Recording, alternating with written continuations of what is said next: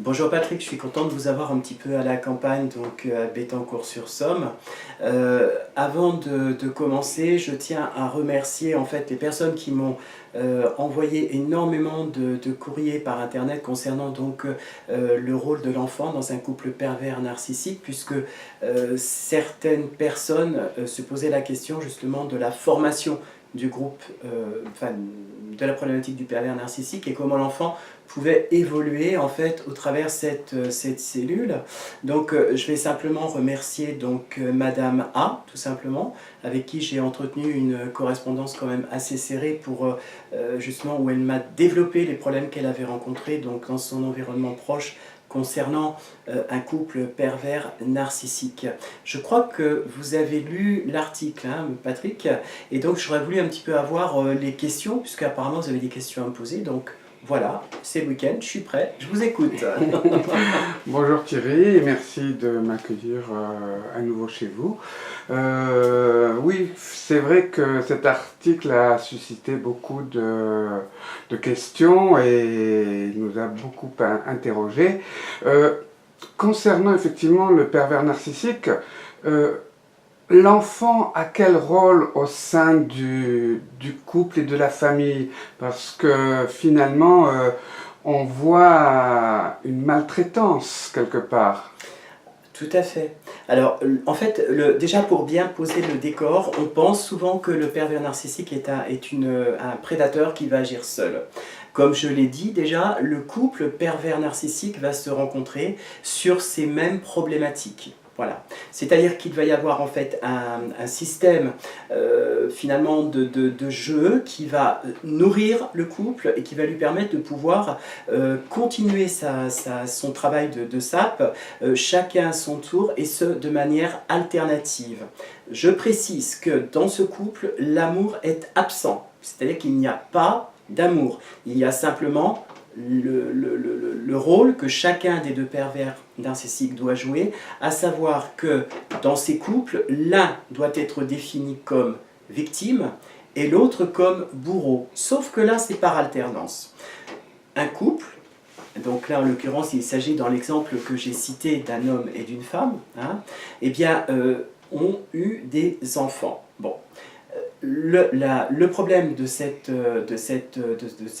couple pervers narcissique, ça a été que les enfants n'ont pas formé cette cellule familiale, il n'y a pas eu d'attache au sein de la famille clairement établie, mais les enfants ont été des armes, voilà, dont se sont servis ce couple, avec toutes les problématiques qui vont avec. Et des problèmes. Alors, je parle de ce couple surtout en termes de sophrologie par rapport aux enfants, parce qu'on m'a amené donc cet enfant pour des problèmes de comportement, des problèmes de difficultés à se placer dans l'espace-temps, des difficultés scolaires et une attitude quand même plutôt violente au sein de l'école. Et comment cet enfant va réagir face aux parents? Alors, en fait, il n'a pas d'existence propre. L'enfant n'a pas eu d'existence propre. Et ça s'est remarqué au niveau du travail de sophrologie, puisqu'il n'avait pas du tout conscience de son schéma corporel, il ne savait pas trop pourquoi, comment respirer, où était sa tête, où était son ventre, ses pieds, etc. Donc il y a eu un vrai problème à la base de le poser à l'intérieur de son corps. C'est ce qu'on appelle en sophrologie l'ancrage. Donc il fallait qu'il soit ancré dans les ciels maintenant pour qu'on puisse commencer à travailler.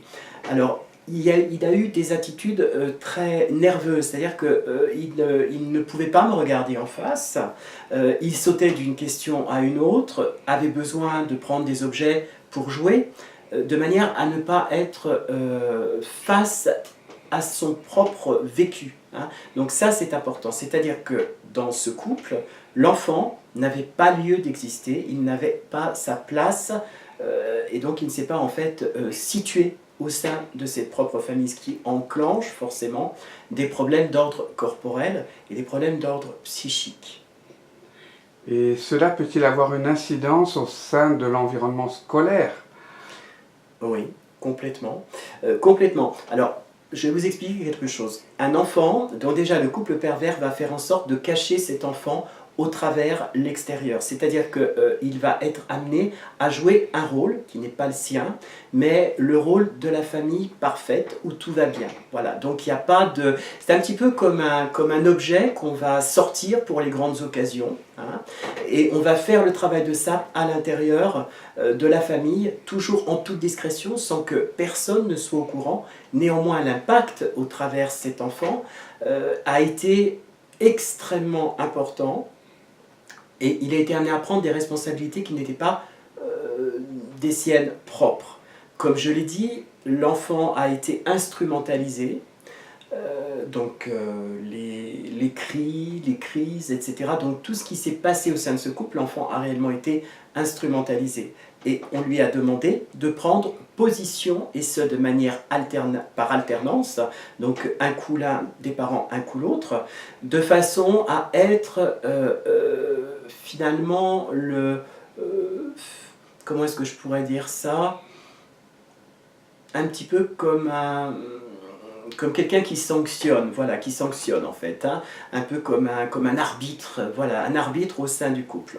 Donc, si l'enfant prenait position pour l'un des parents, forcément, l'autre se mettait en colère contre lui. Donc, il y a une violence qui était présente. Je ne parle pas d'une violence d'ordre physique, puisque l'enfant que j'ai vu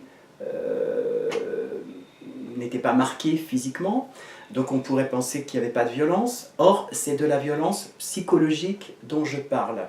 C'est-à-dire que l'enfant n'ayant pas de vie parentale s'est cherché, au travers différentes attitudes, par la provocation. Madame A m'a écrit dans son courrier qu'elle avait noté que un de ses enfants proches qu'elle connaissait, elle l'avait trouvé comme quelqu'un qui était en train de manipuler, c'est-à-dire qu'il avait tendance à aller manipuler l'extérieur. Contrairement à ce qu'on pense, l'enfant des pervers narcissiques ne vont pas forcément chercher à manipuler. Par contre, comme tous les enfants, ils vont chercher, au travers un modèle de fonctionnement, comment attirer l'attention sur eux, puisqu'ils n'ont pas, ils n'ont pas d'importance au sein de la famille. Et au sein justement de cette famille, l'enfant donc qui se sent quasiment abandonné, si on peut dire, que va-t-il pouvoir faire par rapport à ses parents? Et alors, j'ai écrit un article dans mon mémoire d'études qui prenait l'exemple d'une petite fille qui a été, là c'est une enfant battue hein, par sa famille, qui a été hospitalisée à de nombreuses reprises, et la dernière hospitalisation, en fait, eh bien, l'enfant est morte. Donc il y a eu une structure qui est venue, judiciaire, une assistante sociale, des médecins qui ont constaté des coups, et pourtant l'enfant a protégé ses parents. Ça c'est un système quasi, je dirais, normal pour les enfants victimes de violences psychiques, mais aussi victimes de violences physiques. C'est-à-dire qu'il y a la peur de l'abandon, la peur de se retrouver à devoir choisir l'un ou l'autre des parents. Dans la structure dysfonctionnelle sur laquelle on parle en ce moment, les enfants n'ont aucune forme d'importance et d'existence. Ils ne sont là que pour asseoir le dysfonctionnement pervers en fait, des parents. Voilà. Ils sont là que pour prendre position au détriment de leur propre histoire. Donc, ils ne vont pas expliquer à l'extérieur qu'ils sont victimes de ces crises. Comment est-ce qu'ils ont été victimes de ces crises? Eh bien, en étant témoins de l'attaque des parents, puisque le pervers attaque. Donc, le couple pervers narcissique va s'attaquer de façon alternative, en alternance en fait, et va créer des troubles comportementaux auprès des enfants. Déjà lui-même est à la base, c'est un couple qui a des problèmes, hein, voilà, il n'y a pas de fonctionnement classique, mais ce couple s'est servi en fait de l'enfant comme d'un punching ball, c'est-à-dire qu'il devait prendre position, et chaque fois qu'il prenait position, c'était forcément pas pour la bonne personne. Voilà. Donc ça génère chez l'enfant de la violence. En sophrologie, ça s'est vu parce que il n'avait pas connaissance, comme je l'ai dit tout à l'heure, de son schéma corporel. La respiration était compliquée, des difficultés aussi à se percevoir dans l'émotionnel de son corps, c'est-à-dire voilà, j'ai un corps, j'arrive pas à dormir, je ne sais pas pourquoi, j'arrive pas à faire ceci, je ne sais pas pourquoi. Donc il n'avait strictement rien lié à son corps. C'est là que la difficulté était très complexe de se trouver finalement face à sa propre histoire, ça a été très très compliqué. Il ne parlait pas de lui en tant qu'individu, il parlait seulement de son rôle dans la fratrie, son rôle au sein de ses parents. Finalement, c'était une sorte de petit plus dans la famille, une sorte de béquille qui finalement le spoliait de sa propre histoire et de sa propre enfance. Mais ça voudrait dire aussi que de ce fait, il est mis à l'écart de l'extérieur. Les parents ont une emprise sur lui de façon à ce qu'il n'ait plus de vision réelle de l'extérieur, non? Alors, oui et non. C'est-à-dire que les parents vont faire en sorte de cacher leur dysfonctionnement, enfin leur pathologie, face à l'extérieur, effectivement. Donc ils vont instaurer un modèle de communication qui va faire abstraction de l'individualité, hein, donc de l'enfant dans ses propres désirs, dans ce qu'il est. C'est ce que j'appelle le côté narcissisant positif, c'est-à-dire qu'on ne va pas dire à l'enfant ce que tu fais c'est bien, mais on va lui dire ne dis pas ce qui se passe à l'extérieur parce que ça ne regarde personne et si jamais t'en parles, de toute façon tu auras tort puisque tu dis des choses qui ne sont pas vraies. Voilà. Et en même temps, à l'extérieur, donc notamment à l'école, puisque j'ai eu l'occasion d'avoir des échos face à l'école, à la scolarité, eh bien l'enfant auquel je pense était extrêmement violent physiquement par rapport à ses camarades. Il était extrêmement violent aussi face à lui-même, puisqu'il s'infligeait à lui-même des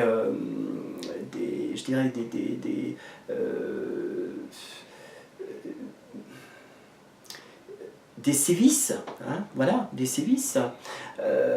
Et il allait aussi, comme je l'ai expliqué dans l'article, dans l'indécence. Voilà. Donc c'est un moyen d'appeler aussi au secours. Hein. C'est-à-dire qu'on peut, on peut, dans ce genre de cas, penser qu'il y a un problème, car les enfants qui souffrent, qui sont victimes de violences, ont des attitudes parfois qui appellent au secours, qui peuvent choquer un peu l'extérieur. Voilà. Mais les parents ont tout de suite fait en sorte de calmer la situation, de calmer le jeu, parce que, d'autant qu'il s'agit là ici d'un couple de moins de personnes notables, hein, donc le personnel de maison était régulièrement changé dès que l'un ou l'une de ces personnes commençait à parler de certaines choses qui ne collaient pas donc, dans la famille, donc ils ont été renvoyés, ce qui fait que l'enfant ne pouvait absolument pas s'attacher, pouvait absolument pas avoir la possibilité de s'expliquer sur son vécu et son ressenti. Donc il était réellement enfermé dans la perversion de ses parents, en fait. Hein. Et la sophrologie peut-elle aider le pervers narcissique ou l'enfant qui n'a pas conscience de ce qu'il est? Alors, la sophrologie, la psychiatrie, la psychothérapie ne peut en aucun cas aider un pervers narcissique. D'ailleurs, je le dis toujours, vous rencontrez un pervers narcissique, vous l'avez défini en tant que pervers narcissique, vous le fuyez, vous partez à l'autre bout de la terre, vous effacez toutes les traces qui pourraient vous ramener à lui ou lui vers vous. Il n'y a rien à faire. C'est une des pathologies contre lesquelles on ne peut strictement rien faire. On peut avoir des pervers narcissiques qui vont ponctuellement, parce qu'ils ont conscience qu'à un moment donné, quelque chose ne va pas, tenter une thérapie, mais sur le long terme, elle est vouée à l'échec. Ça, c'est clair. En sophrologie, cet enfant, ce qui m'intéressait, puisque je l'ai vu dans le cadre de la sophrologie, c'est d'arriver à comprendre son schéma corporel, lui montrer qu'il avait un corps, donc une existence, qu'il avait donc des capacités corporelles et une plasticité aussi dans sa relation avec lui-même.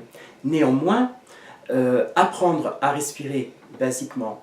Apprendre, comme je le fais dans la deuxième partie de la séance de sophrologie, où je vais induire un voyage, par exemple, intérieur, hein, c'est ce qu'on appelle la RDC2, donc un voyage intérieur qui va permettre d'apaiser les tensions, de calmer la respiration et de pouvoir écouter tous les messages que le corps peut envoyer, tout simplement les battements du cœur, etc. Donc qui va apaiser, eh bien je ne suis pas arrivé les 3 ou 4 premières séances à le calmer. Voilà. Il a fallu que je sois extrêmement vigilant et que je regarde quelles étaient ses difficultés et comment est-ce qu'elles étaient, comment je pouvais les interpréter. Voilà.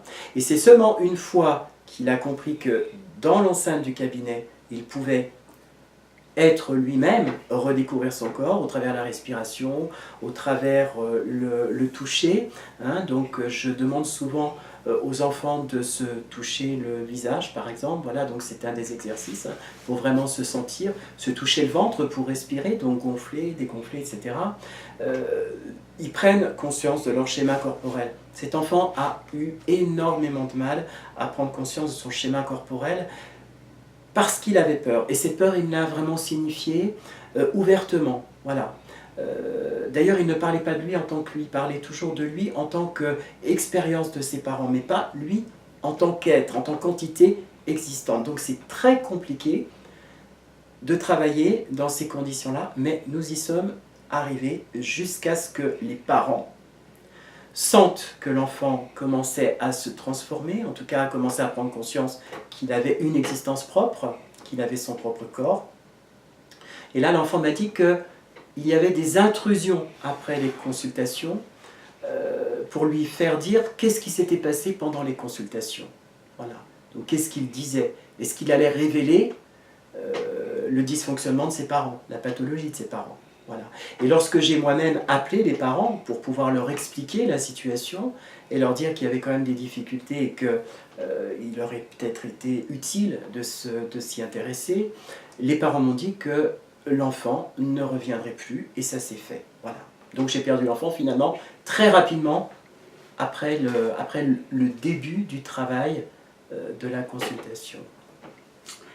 Eh bien, écoutez, merci Thierry. Je vois que c'est quand même un très long chemin pour arriver, ne serait-ce qu'à comprendre ce qu'est un pervers narcissique. Et vous nous l'avez bien expliqué, et encore merci. Alors écoutez, c'est moi qui vous remercie en tout cas, et encore une fois je remercie toutes les personnes qui ont réagi donc à la vidéo sur le couple pervers narcissique. Donc Madame A, avec qui nous avons eu énormément de contacts, Monsieur G aussi, qui m'a parlé un petit peu de son propre parcours, au travers donc la relation, là il ne s'agit pas d'un couple pervers narcissique, mais sa relation suite à une épouse en fait qu'il a diagnostiqué pervers narcissique et tout ce qu'il a dû mettre en place pour quitter en fait hein, sa propre existence et après toutes les difficultés qu'il a pu rencontrer donc au travers son corps. Alors je vous dis à tous en tout cas merci. Vous pouvez me joindre sur mon site donc www donc sophrologie-psy.com. Voilà, donc je suis à votre écoute aussi au 06 50 17 68 83 et encore une fois un grand merci pour vos réactions et je vous dis à tous à très très bientôt. Au revoir.